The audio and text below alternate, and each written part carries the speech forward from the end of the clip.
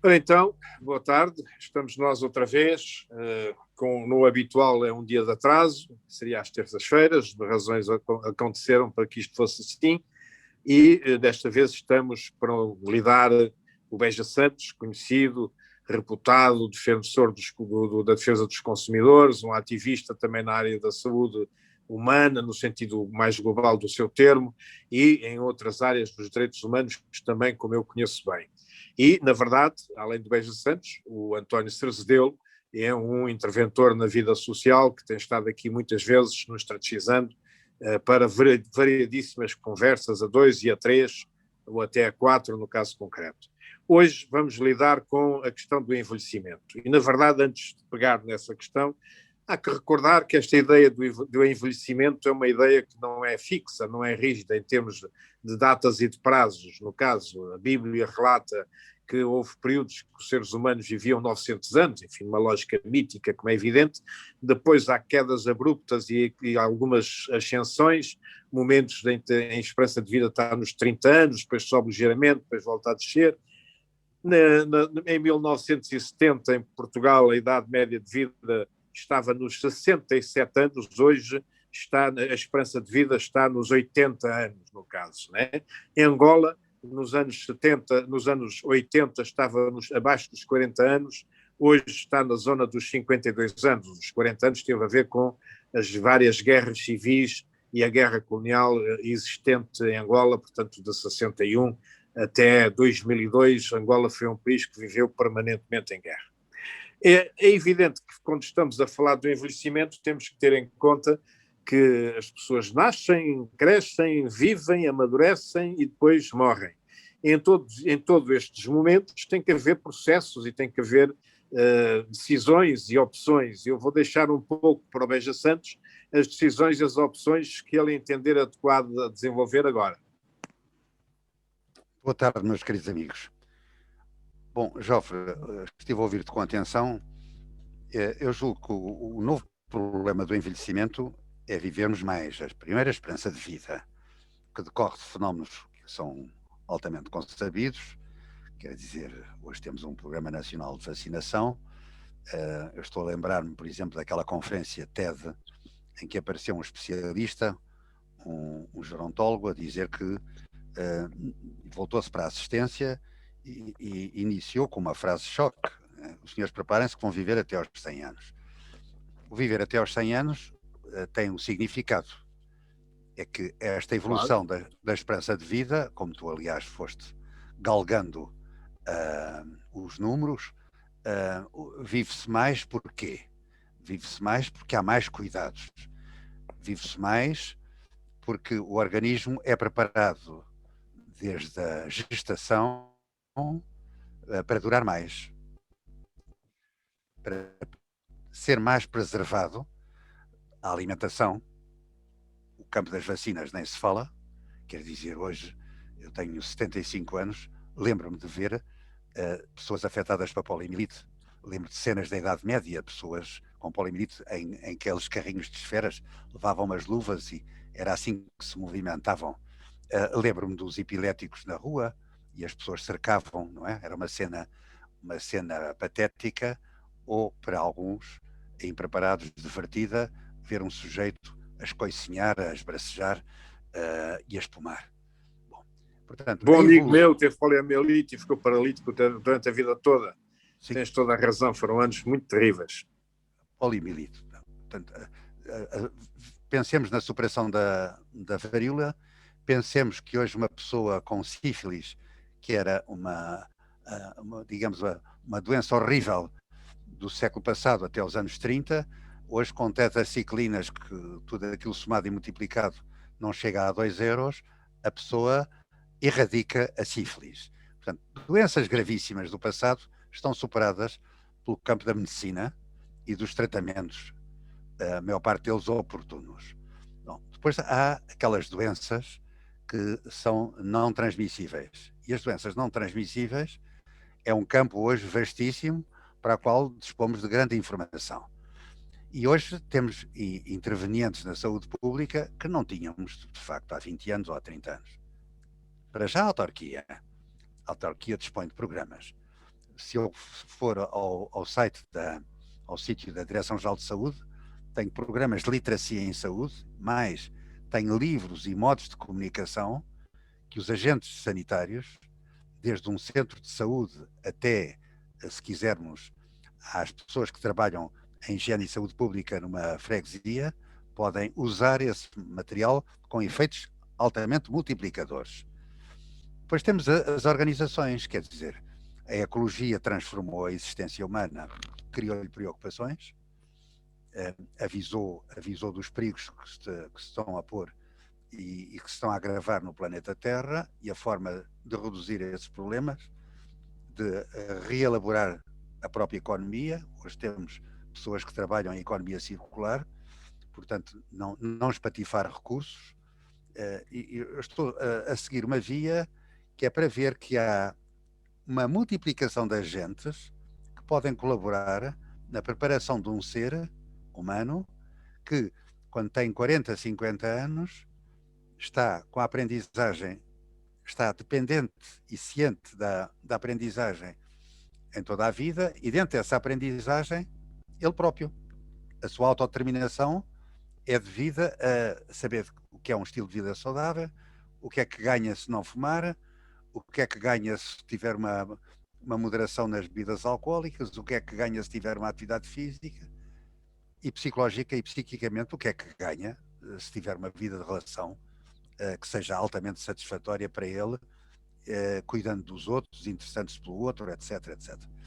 E, dentro deste plano, também começa a haver um oceano de informações sobre o que fazer depois da reforma. Portanto, eu não consigo analisar o problema do envelhecimento sem pôr este grande ecrã e estabelecer depois uma etapa que é a preparação para o envelhecimento. Se vocês estiverem de acordo, podíamos fazer aqui uma conversa rudimentar sobre a preparação para o envelhecimento e passávamos para o envelhecimento, independentemente dele ser aos 65, aos 70 ou aos 75 anos. Força, acho muito bem. Acho que o António Saracedelo também está de acordo. Sim. Ele desapareceu para a parte incerta, mas tu deves ter digamos, uma opinião sobre o tratamento cronológico deste processo de envelhecimento. O que é que tu pensas, Jofre? Eu acho que no caso concreto o mais importante é talvez começar por explicar, por exemplo, a minha vivência nessa temática, né?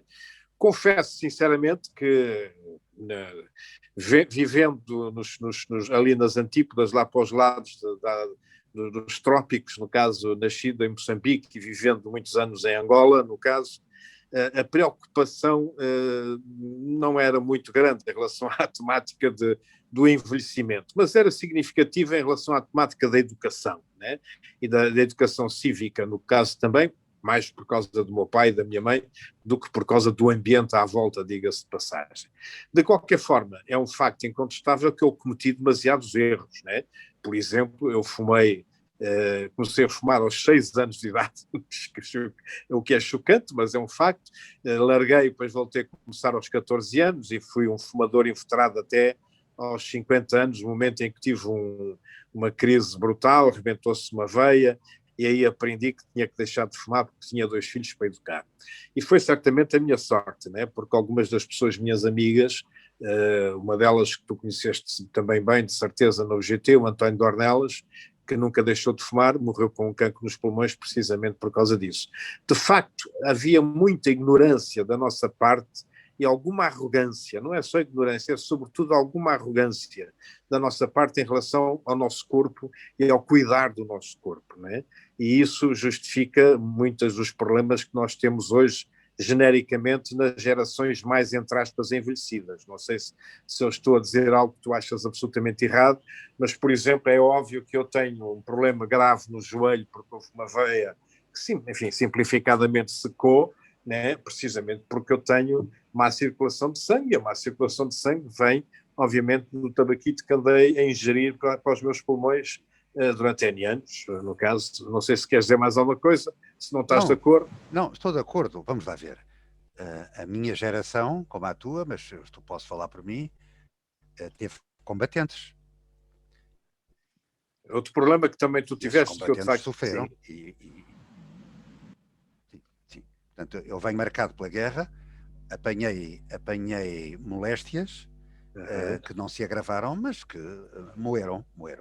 É evidente que uma pessoa que teve malária, ou uma pessoa que, como eu, percorreu arrozais fétidos e que passou noites em cima da lama, e num clima como o clima da... Paga-se caro, claro. Oi? Guiné, estou marcado, não é? As artroses que cada um de nós tem, etc. Mas eu estou de acordo, quer dizer, a nossa geração, ou até a nossa geração, estamos a falar de pessoas que tenham neste momento entre 65 e em diante, negligenciaram. Não era importante em termos culturais, não só a preparação, o problema do diagnóstico precoce. Quer dizer, sabemos hoje que cancros como os da próstata podem ser diagnosticados, os cancros da pele, não é? Estamos a falar de cancros que é fácil agir. Há outros que é complicadíssimo, para não dizer impossível. O cancro do pâncreas ainda não é tratável. Retarda-se o sofrimento. Claro. Mas as doenças que pareciam mortais e que se tornaram crónicas, nós temos os dos doentes crónicos, não é? Eu deixaria todo este problema dos doentes crónicos, por uma economia de tempo, para o doente crónico, o velho, o idoso e a pandemia, não é? Agora é a vez do António soltar a língua. Bom, eu antes de soltar António, a língua, tiro a máscara que deixei aqui na cara para lembrar as pessoas que a devem usar em todo o tempo. Do que o Mário esteve a dizer, eu sou talvez um exemplo também vivo da passagem por algumas doenças. Não vou falar de todas, porque senão estaríamos aqui a perder a meia hora, mas pelo menos posso dizer que já tive tuberculose, que apanhei, aliás, 2 vezes nas escolas, uma vez quando era puto e outra vez quando era professor. Tive também o cancro da próstata, fui tratado no hospital Champalimau, faz agora 5 anos, e aparentemente safei-me. Depois, pelo meio, tive divertículos, tive muitas outras coisas que, enfim, que hoje a ciência já consegue ultrapassar. Agora, nesta última fase da minha vida, não sei quanto durará, tenho sido atacadíssimo por uma coisa que eu não esperava, que é pela gota. E tenho passado alguns dias horríveis. Horrível. Também sei o que isso é, horrível. Pronto, eu não vou te contar mais nada, senão a nossa audiência começa toda a chorar. Portanto, eu passo a palavra ao Mário Beja Santos. O Mário Beja Santos aconselha-me em termos de comprimido, porque ele também tem um livro sobre o comprimido, e eu vou obedecendo àquilo que ele diz dentro dos limites do possível. Porque eu agora até costumo dizer que, em termos alimentares, estou como a vaca e o cordeiro, só como vegetais. E mesmo assim, volta a ideia, capim. Eu como capim. E volta e meia aparece-me uma dor aguda que saltita do pé esquerdo para o direito ou direito para o esquerdo. E quando é no direito é muito maçador, porque eu não posso conduzir, porque não posso travar o carro, portanto posso ir para aí fora à desfilada e em vez de morrer com uma doença, morro com um choque. Pronto, é este neste momento a minha biografia, o meu currículo vitae é doentio. O que levanta já agora, antes de tu entrares outra vez em cena, o que levanta aqui um problema que eu acho que é central. Eu parto do princípio, pelo que vejo, se calhar estou errado, parto do princípio que infelizmente a sociedade portuguesa está muito pouco, do ponto de vista das infraestruturas, preparado para este processo de tão alargado envelhecimento, né?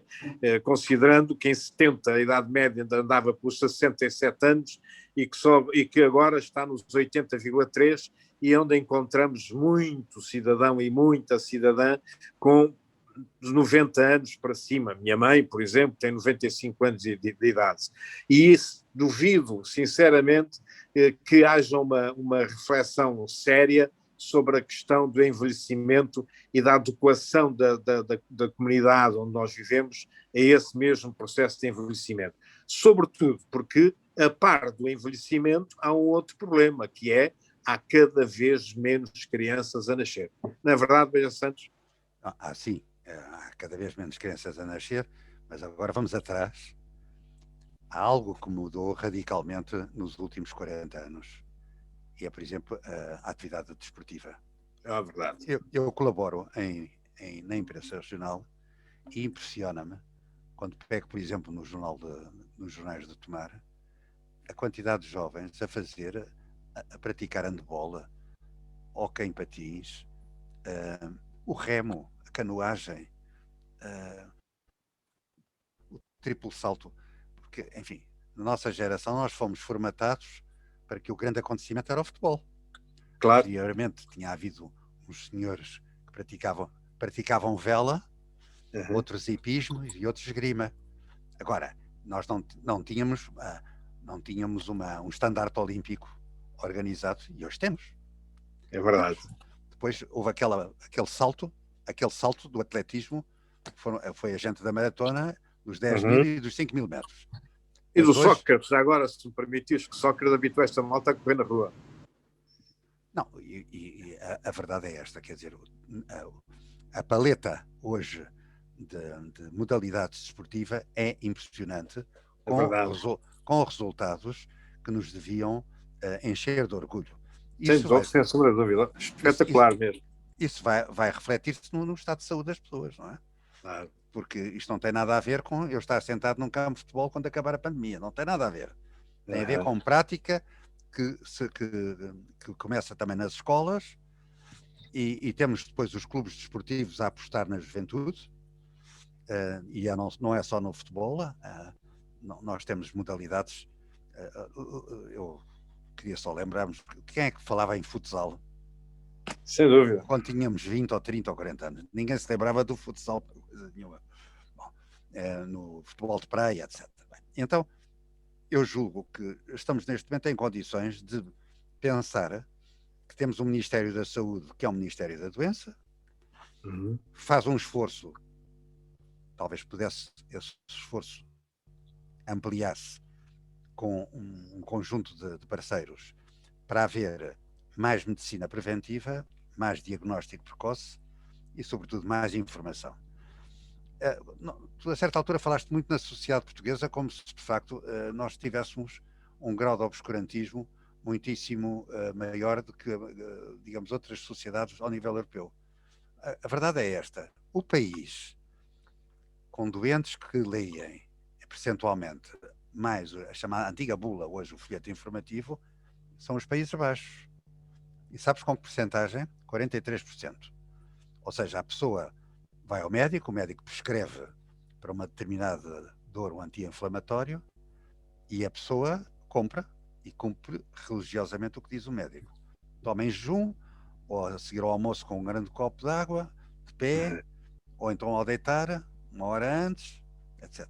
Não vai ler o folheto informativo. O folheto informativo é um grão para a formação cultural. É um grão. E depois, a pessoa não se prepara para a consulta médica. É claro que o médico às vezes só tem 6 ou 7 minutos, não é? Nos centros de saúde. Mas vejo que as pessoas também não aproveitam uma potencialidade, porque é grátis, que é o aconselhamento farmacêutico. Quer dizer, uma pessoa pode ter uma ficha na farmácia, deve ter, eles têm todo o sistema eletrónico preparado para isso, que é eu entregar, no máximo dos sigilos, ao meu farmacêutico, o meu currículo vitae de doenças. Para quê? Qual é a vantagem? É quando me surge algo de novo e eu esqueço-me de dizer ao médico, o farmacêutico vai ver a minha ficha e diz assim ao Sr. Mário, Sr. Mário, desculpe, mas o Sr. Mário não pode tratar a sua diabetes ou a sua esclerose múltipla com este medicamento, porque isto vai afetar o seu grave problema de visão. É isto. Quer dizer, há cuidados e há desperdícios que nós não queremos assumir. Quer dizer, há um processo ligeiro de analisar. Eu não estou a fazer crítica, isto é, a ver se isto não é uma noite da má língua. Eu só estou a dizer que estruturalmente a nossa mente devia estar organizada para tirar partido de informações da comunicação com o médico, da comunicação com o doente, do doente com o médico, da comunicação com o enfermeiro e com o farmacêutico.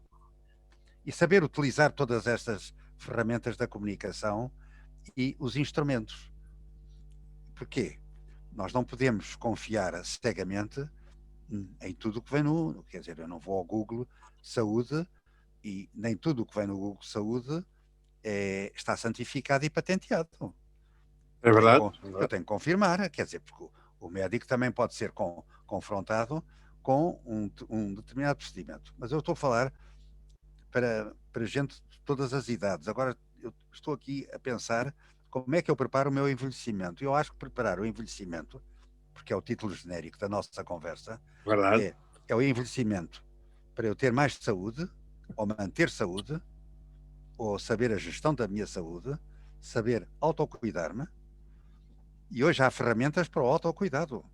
Falámos ainda há bocado no cancro da próstata. Hoje há ferramentas em que, com o auxílio, por exemplo, do enfermeiro, eu vou vendo a evolução da minha próstata, do meu cancro da próstata. Quer dizer, hoje há muitos meios para ter, para eu medir a tensão.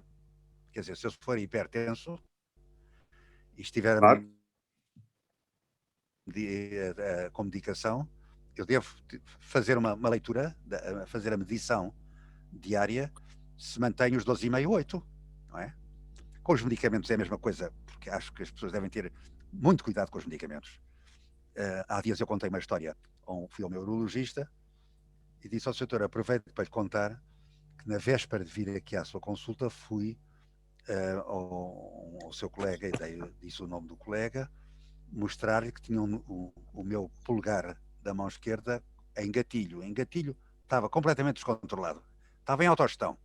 Saltava e é uma coisa enervante. Uma coisa enervante porque não doendo, nós sentimos o clique-claque do dedo. E o médico receitou-me um medicamento e disse, muito provavelmente vamos ter que fazer fisioterapia. No dia seguinte, o urologista receitou-me um medicamento. Resultado, como já tomo 9, com o 10º, o dedo, no dia seguinte, voltou ao sítio e está disciplinado. Muito bem. Obedece-me. Não anda em autogestão. Eu falei com ele e disse ao doutor, peço-lhe desculpa, isto não tem nada a ver com a urologia. Pois não, de maneira nenhuma. Mas isto deve ter a ver com o coquetel de medicamentos que eu tomo. Provavelmente sim. Portanto, há um mistério que a gente não sabe ultrapassar, que é o conjunto de medicamentos. Aliás, muitas vezes está-se a estudar um medicamento para determinada doença ou grupo de doenças e sai outra coisa. Eu dou só o exemplo do minoxidil. O minoxidil foi estudado para o foro das doenças das cardiologias, da parte das doenças cardíacas, do foro cardiovascular. E de repente, quando se estão a fazer os ensaios, com uma randomização, portanto, com um grupo vasto de pessoas de várias idades, graus sociais, etc., e estados de saúde, descobre-se que há carecas que começam a ter cabelo. Muito bem. Daí o minoxidil ser hoje vendido para pessoas que querem ter o renascimento do cabelo. É caro e aquilo dura enquanto faz figura, ou seja, enquanto se paga o medicamento caro. Eu deixo de tomar e aquilo depois cai às madeixas. Bom, isto é só para dizer que o doente, em qualquer meia-idade, deve ser uma pessoa interessada em fazer um máximo por si. Segundo, não, porque a saúde não é a bata branca. A saúde não é a ressonância magnética por si, não são os meios auxiliares de diagnóstico. A saúde é constituída por seres humanos que merecem participar e intervir na sua na melhoria do estado de todos. E Corretíssimo. por isso é que se associam. Por isso é que temos associações de doentes, por isso é que temos promotores de saúde e profissionais de saúde a dialogar com toda a gente. Bem, portanto, recapitulando, eu acho que neste período há também que preparar a reforma. Porque há situações dramáticas de pessoas que aspiram a não fazer nada, que é um conceito. Ouvi muita gente a dizer, eu depois vou ficar de perna traçada, não é? De papo para o ar, quando, de facto, tudo hoje leva a crer que vamos trabalhar até mais tarde, e para trabalhar com saúde temos que ter uma aprendizagem. Essa aprendizagem é um cabedal de informações que nos ajuda a viver bem. Como é que uma pessoa na pandemia, que tem tantos auxiliares, não os utiliza? Desde concertos, música, ópera. Eu às vezes converso com o António e disse, António, esta noite tem um Rigoletto no Metropolitan Opera House, grátis. Ou então, eu recebo uma coisa que é sugestões culturais, em que até posso pagar 3 euros para ver um espetáculo de teatro no Teatro Nacional. Bom, portanto, eu tenho que aproveitar isto e saber liderar. Depois, para além destas associações, temos o Estado. O Estado tem que ter um papel de custo-benefício. Quanto me custa não cuidar destas pessoas ou ajudá-las a ser livres, e quanto custa tê-las, digamos, apatetadas, apáticas e ultradependentes. E ultradependentes.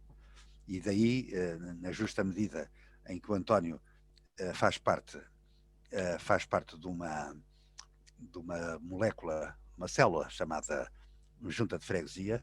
A Junta de Freguesia hoje tem um papel importantíssimo.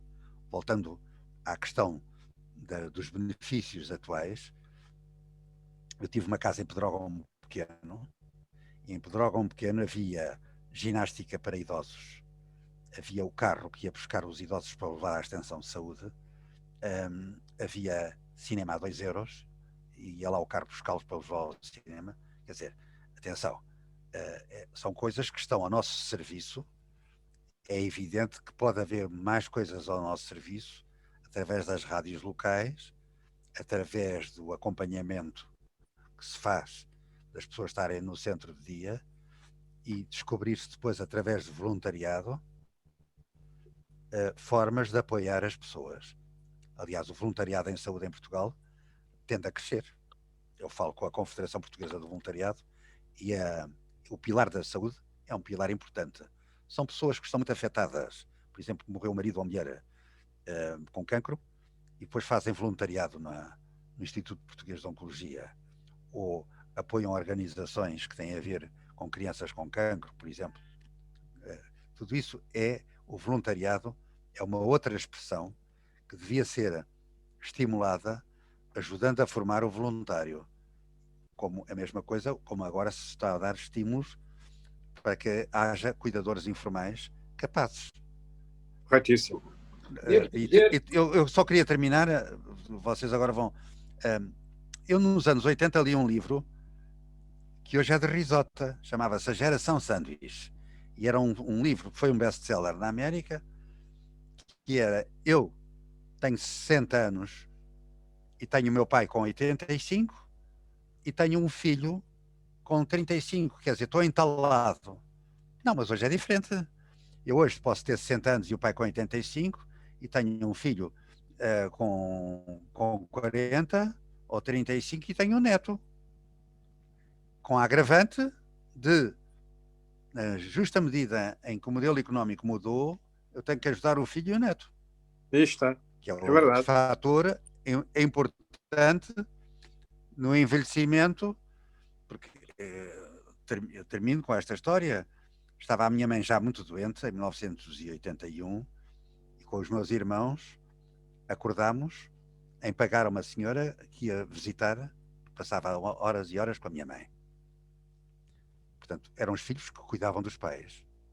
Agora são os pais que cuidam dos filhos e dos netos, dando-lhes tempo, até porque as coisas mudaram com o teletrabalho, e vão mudar mais ainda, porque um dos efeitos da pandemia é descobrir-se que o teletrabalho é um instrumento precioso para combater o desemprego e para potenciar uma série de negócios. Mas, portanto, eu termino dizendo: atenção à preparação do envelhecimento, na parte dos estilos de vida saudáveis e na parte comportamental, que tem a ver o que é que eu vou fazer do meu tempo para oferir proventos financeiros ou cuidar dos outros, cuidando de mim. Sem dúvida. Oh, Sr. Zedelo. Bem, eu ia dizer que algumas das ideias que eu converso com o Mário, eu estou a tentar aplicá-las, já que ele falou na junta.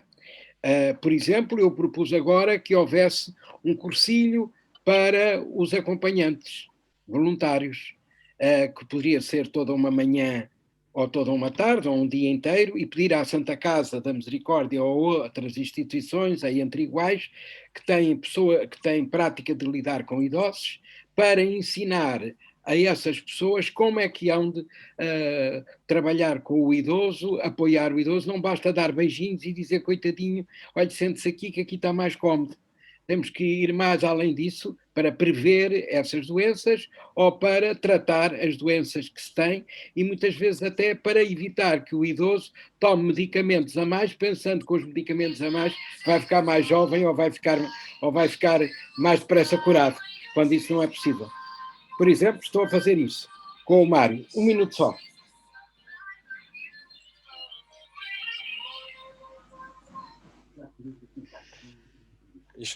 Isto do António Zedelo é sempre uma pessoa muito requisitada nos piores momentos. E eu ponho o telefone longe e baixo, mas mesmo assim toca, parece uma sirene. Bom, mas isto, por exemplo, pelo que o Mário me disse relativamente, e estou a pensar em fazer justamente um curso, e se calhar depois vou pedir também o apoio do Mário, um curso ou umas intervenções sobre a doença, como evitar a doença, já não é para os acompanhantes, para as próprias pessoas, e creio que na minha junta vai haver muitos agentes interessados, porque temos lá uma universidade dos idosos que estão muito interessados em muitas coisas. Não digo que estejam todos, mas vai haver também gente que vai estar, e vou tentar também falar com as paróquias, que têm normalmente sempre centros de terceira idade ou de idosos, para chegarmos também a esse núcleo. E depois aos normais fregueses da nossa junta de freguesia. Também ontem, agora, acontece uma coisa muito engraçada, que é interessante, que a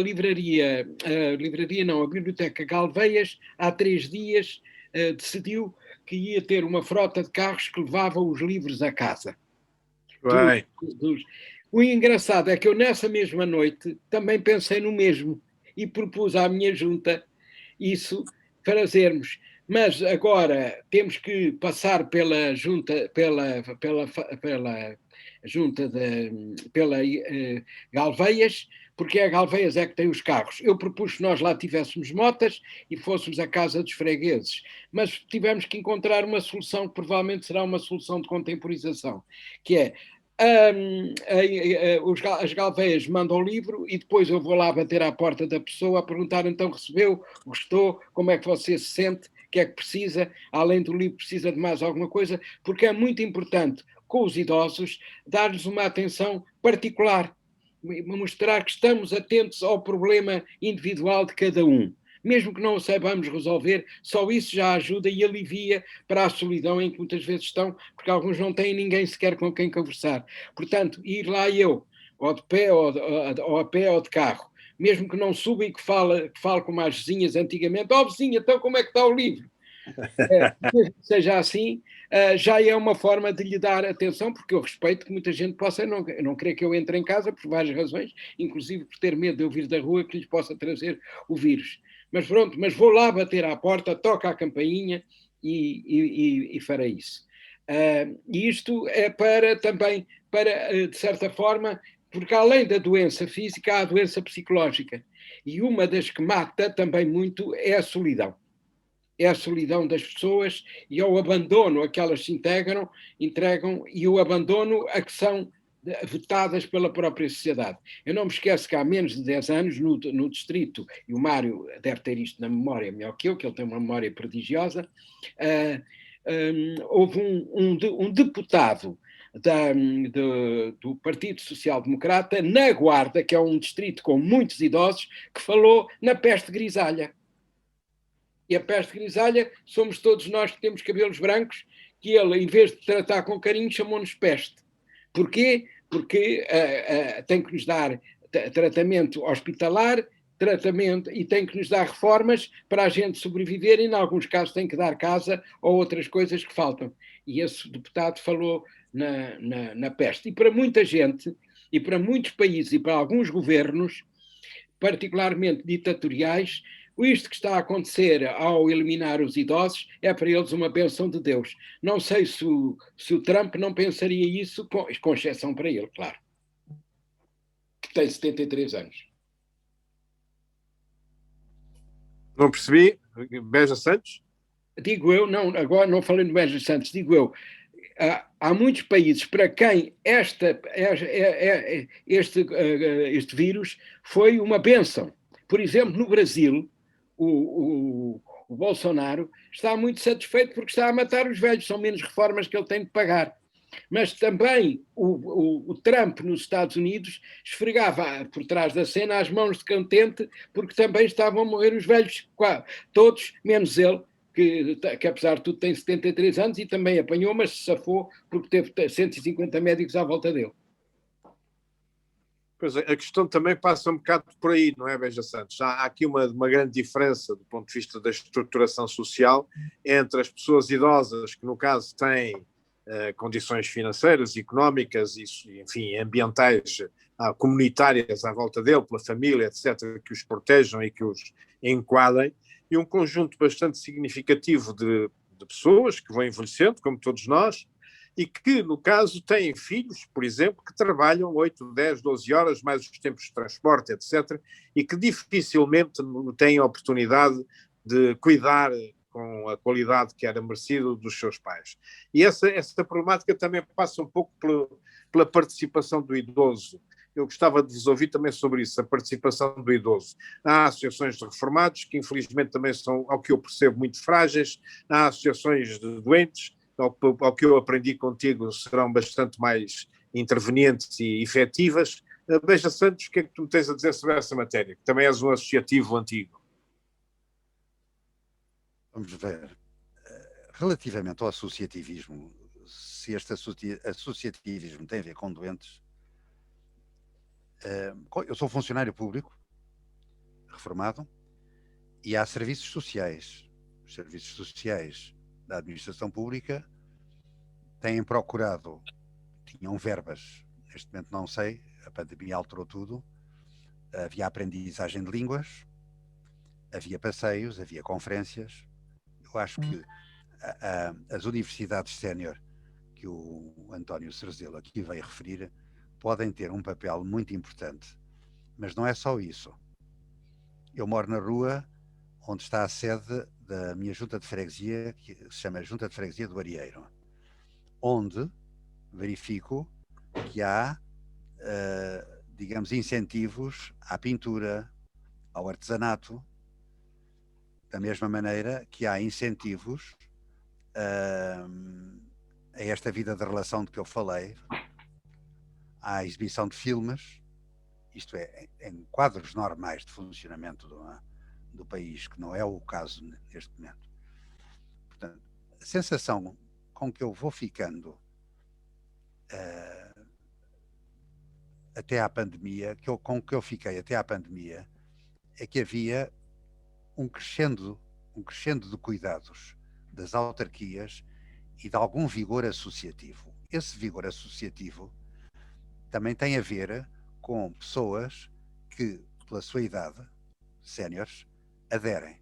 Outro dia estava a conversar com António Cerzelo sobre o Coração Amarelo. O Coração Amarelo tem o cuidado de se preocupar com os séniores em solidão. Eu, durante muitos anos, fiz leituras a um cego.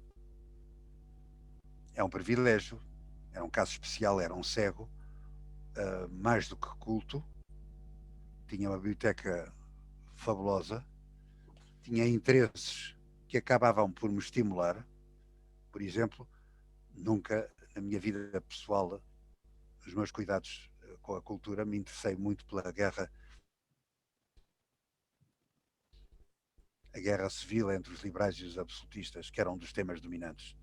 O que eu li, à conta de lhe fazer a vida feliz.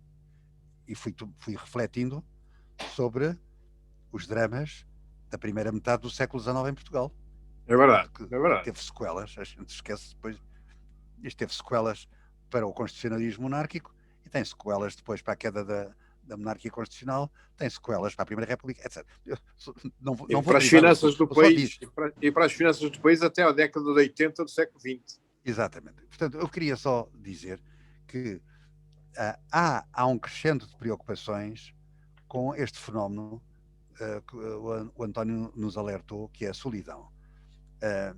Mas cuidado, quer dizer, nós temos que recuar nesta conversa generalista sobre o envelhecimento e dizer que as pessoas colhem aquilo que semeiam.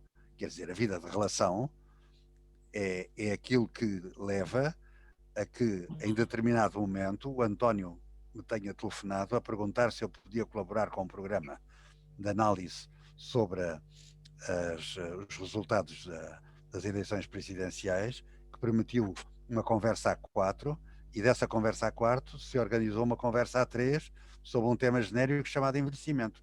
Isto acontece porquê? Porque estamos vinculados.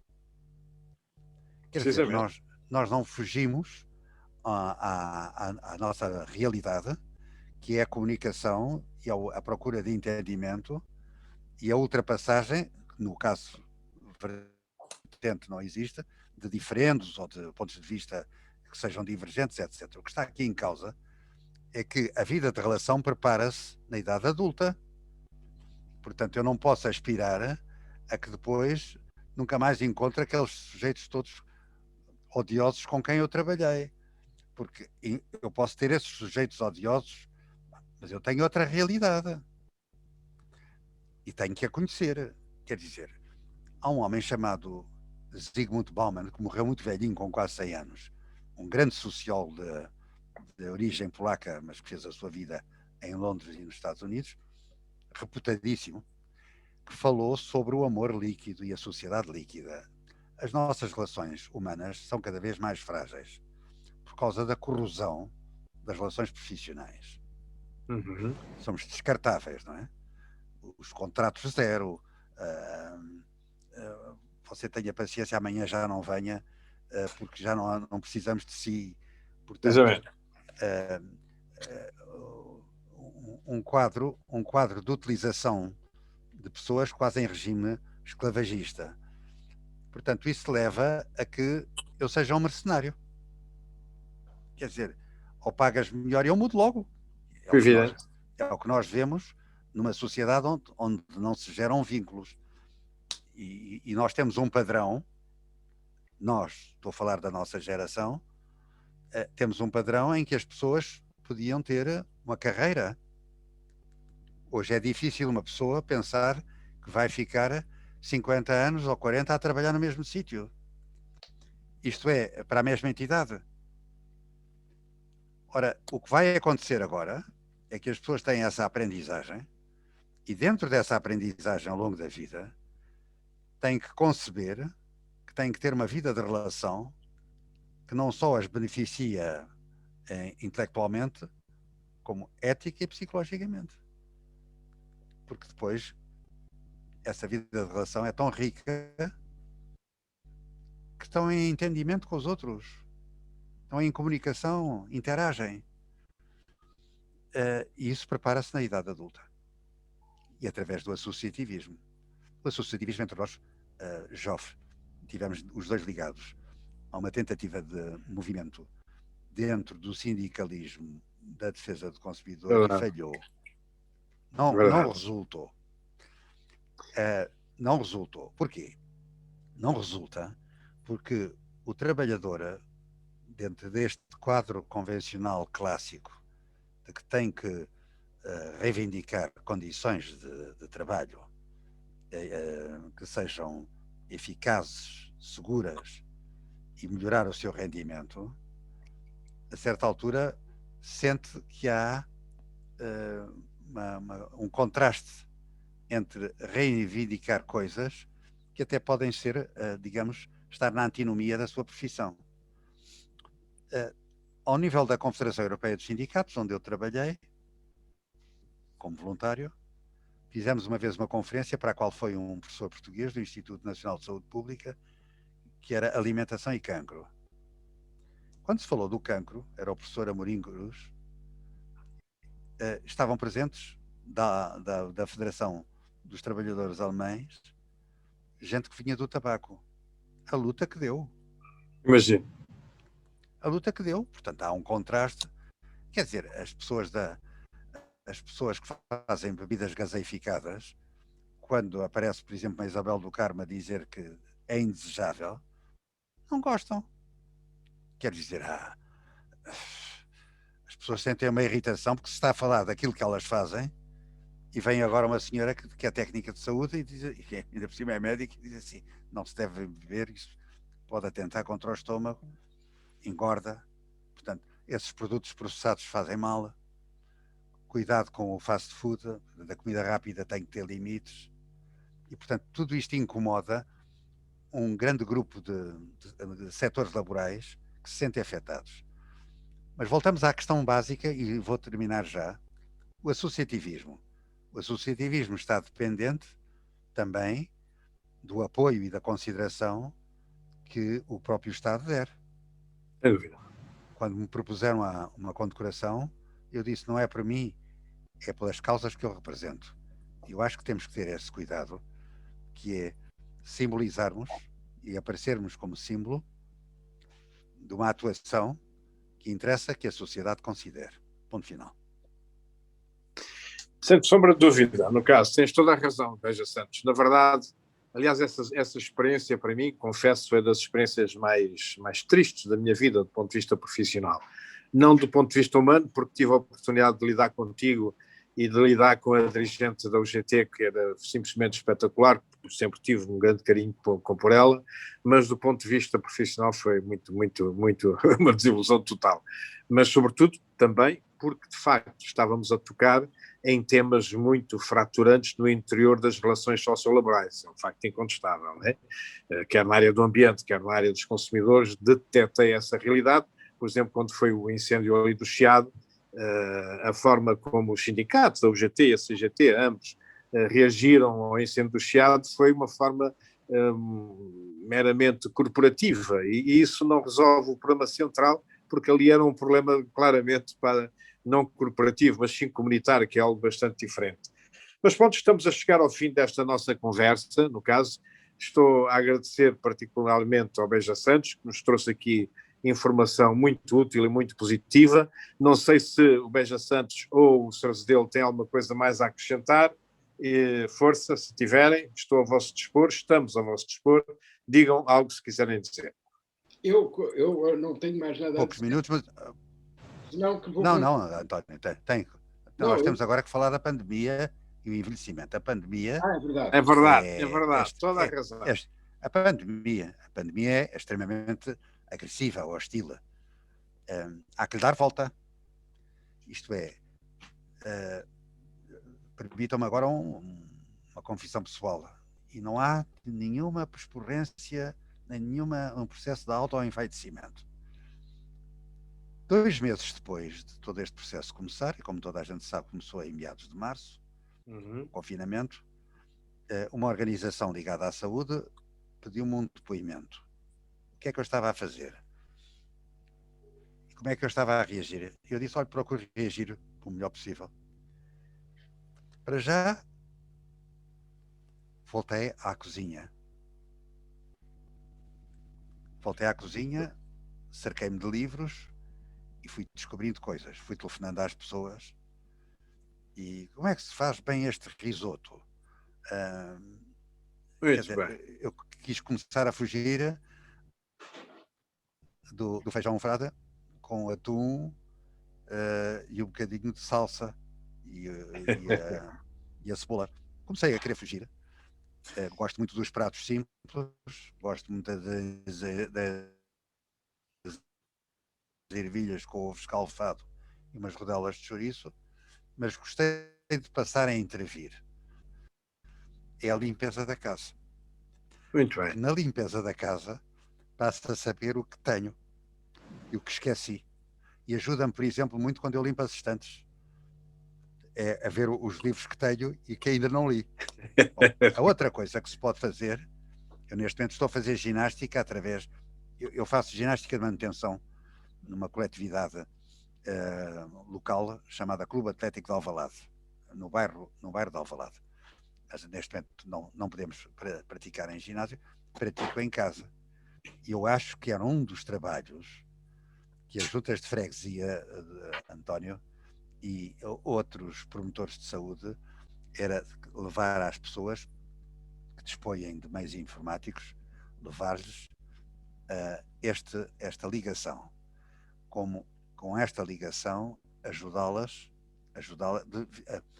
a televisão devia apoiar estas organizações e exibi-las, aquelas que através do rádio, através da internet, através da televisão, querem servir as pessoas. Isso é um dado fundamental, parece-me. E depois os seres humanos... Estamos a fazer isso já há uns 3 meses na Junta de Freguesia de Arroios, para os idosos e para as crianças. E com várias modalidades, inclusive a yoga. Muito bem, sim senhora. Não sei se fui útil, mas quis trazer este ponto final. Na pandemia é um dado que me parece fundamental, é ajudar as pessoas confinadas, aparentemente cercadas, porque de facto o sair não é fácil. Eu vou às compras, mas também passeio nas horas mortas. Eu preciso mexer o corpo. Mas é evidente que fujo de qualquer tipo daquilo que seja a chamada aproximação social. Não é? Bom, eram os pontos que, quando me propuseram envelhecimento, e sabendo que uma conversa generalista é extremamente perigosa, porque a argumentação é precária, flutuante, foi o que me ocorreu, através destas frações, chegar a um público que queira aventurar-se num processo de envelhecimento para serem bem-sucedidas, felizes e cuidarem e relacionarem-se com o outro. Obrigado, Beja Santos. Então, meu querido António Sarcedelo. Eu não tenho mais nada a dizer, senão que o Mário veio cá aqui há umas semanas comer um risoto, já que ele está a falar na cozinha, comer um risoto que ele gostou muito, e o cozinheiro que o fez, que não fui eu, mas que é cozinheiro oficial, já me disse para o convidar para vir cá comer outra vez outro risoto. Quando você quiser. Vou. Sim. Olha, ele vai já ganhei com esta conversa. É o prémio ter vindo cá, é um risoto. A gente depois Jofre, eu queria pedir ao programa, se fosse possível, que fazer os ouvintes puserem, eu gostava imenso. Gostava imenso de ter depois um certo feedback, sim, claro retorno. Claro que sim. Eu farei concretas chegar... Tu fazes esse favor também? Farei chegar isso com todo gosto. Um abraço grande, de amizade, de estima. Grande abraço, meu querido. Grande abraço. Conta sempre comigo quando precisares. E António, muito obrigado. Já ganhei para esta conversa. Eu cá fiquei com uma certa inveja. Vocês convidam-se um ao outro e eu nada. Até ao próximo risoto. Mas tu estás convidado também, mas tem que ser no outro dia para termos a distância social. Claro. A distância social. Grande abraço, meus queridos. Obrigado também para todos.